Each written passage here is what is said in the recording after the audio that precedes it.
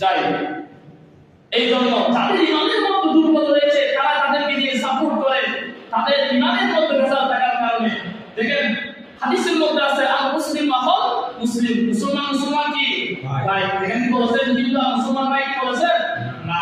তাহলে আমরা কেন মূর্তি বোঝাই, কেন আমরা তাদের ধর্মের মধ্যে যাই? আচ্ছা আপনি বলতে পারবেন এরা কি আমাদের ধর্মের মধ্যে কোনদিন আসছিল? বলেন আসছিল? আমাদের এই সময় এরা কি আমাদের যোগদান দিয়েছিল? না। তো আমরা কেন মুসলমান হয়ে সেখানে যাচ্ছি? দেখেন আল্লাহ কুরআনের মধ্যে সবার পরিচিত সূরাতুল কাফিরুনের শেষ নম্বর আয়াত আল্লাহ বলেন লাকুম দীনুকুম ওয়ালিয়াদিন। তোমার ধর্ম তুমি পালন করো, ওদের ধর্ম ওদের ওরা পালন করবে। তাহলে ধর্ম আমার ধর্ম আমি পালন করব, ওদের ধর্ম ওরা পালন করবে।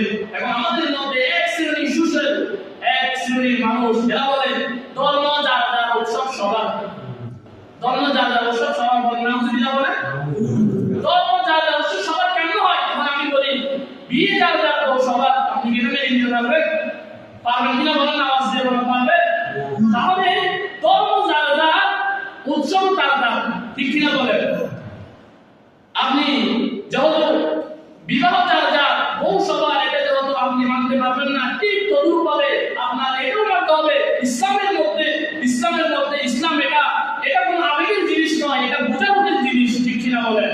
ইসলাম তৌহিদের উপর ভিত্তি করে, ইসলামের সাথে এদের কোনো সাদৃশ্য নাই। কারণ এরা আল্লাহ মানে এরা প্রতিপূজারী, এরা আল্লাহর সাথে শিরিক করে।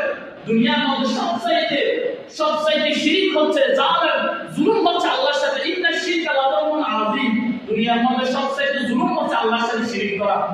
তো যারা হিন্দু ধর্মের মধ্যে যোগদান দিচ্ছে, তাদেরকে সাপোর্ট দিচ্ছে, এমন আমাদের সমাজের মধ্যে এমন মুসলমান ভাই আছে, তারা তাদের পূজা মণ্ডপের মধ্যে গিয়ে প্রসাদ খায়, আছে না? এমন আছে।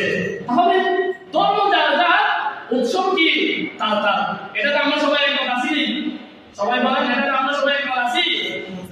যদি একমত থাকি তাহলে